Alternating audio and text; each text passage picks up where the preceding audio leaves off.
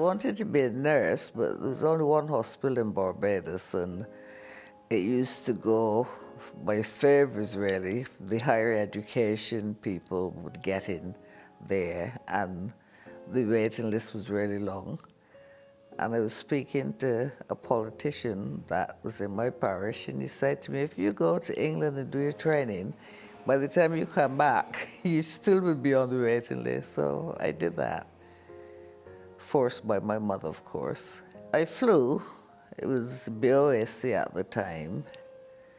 The journey was all right for me. Lots of people were being sick and crying and all that, because even although it was your choice to leave, you were still kind of heartbroken away. For me, it was quiet and a lot of thinking, because I knew what I'd left behind.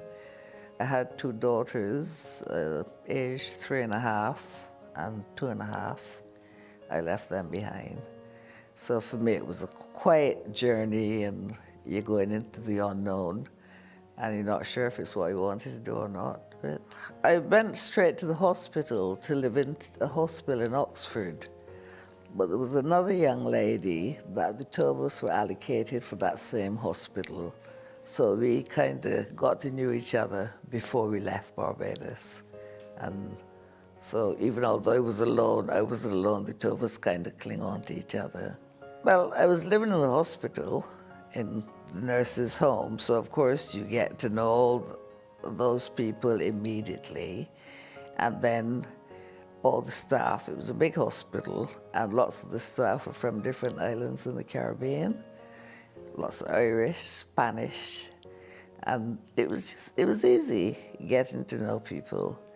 I came out the nursing home the first morning, the sun was shining, it was lovely. It was the 31st of May, and I came out with my dress, nice summer dress and cardigan on, and the assistant tutor, she shouted, go in and put a coat on. I'm like, got out there, it was cold, even although that sun was shining down, which I understand now. But it was a bit of a shock, because that year, it was just cold and fog. And it wasn't much snow, it was frost. But it was so pretty that you didn't really bother. But yes, it was a shock. I think I was more shocked with the frost than anything else. Not the frost, the fog when you find you couldn't walk, because you just get lots of fog in those days. And when you find you couldn't walk a few yards and don't know where you are, that was frightening. I was ready to go back home, but they wouldn't have me. When I came to Coventry to spend some time with some friends, so then I met all the Barbadian people then that were in Coventry. Because once someone came in, a stranger came in, and you heard that one was from Barbados or wherever you're from, you kind of get to know that person. I first went back in 1966. I came in 1962, and I first went back in 1966 for the independence, because Barbados was becoming independent then. So I went back then. That was just like 4 years after first coming. I'm the oldest out of 7, and I was leaving my siblings, leaving my mom, leaving the girls again, and I didn't feel too good about that. Plus I was leaving the daughter that I had here. I took her with me in 66. She was born in 63. And I took her with me in 66 and left her with my mom and her sisters, because I was working full time, and she was with different babysitters at all times, and I felt it was just right to take her. But it turned out that they all came back to Coventry. Well, Lorraine, who was the youngest, she came back after 2 years. But then Sonia and Joanne, they came when they were 14 and 15, because it's just a year difference between the two of them. I completed my training, and then there was a time when all 4 of the children were at school, because I've got a son also. They all went to Binley Park, and they made life easy. They've never complained about anything at school that wasn't good enough for them. it was hard for me to do all the shifts.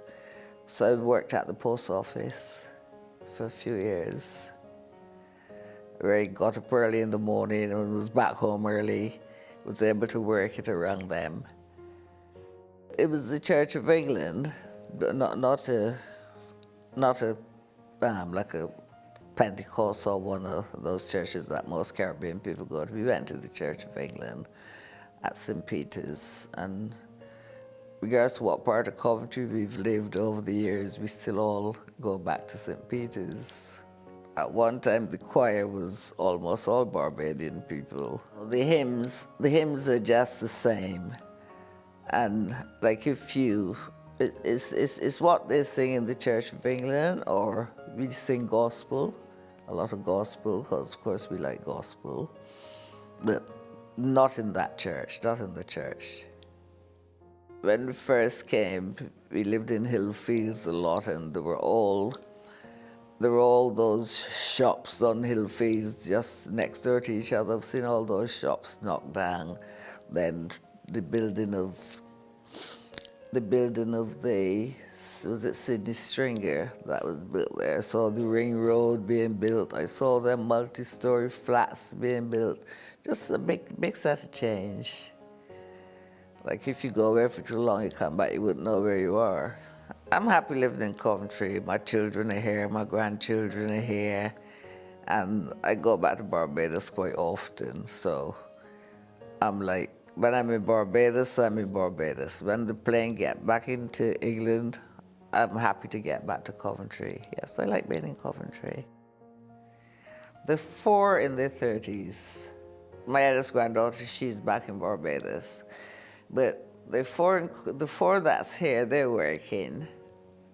And then the 2 teenagers, one is 19, and the next one is 16. She's in 6th form. So the youngest grandchild is 16. The oldest is nearly 40, and the youngest is 16. And then there are 8 great-grands, I think, all in Coventry. I don't do much grandmother duties. I did when they were younger, but I don't. They just get on. It's a case now that they want to look after me.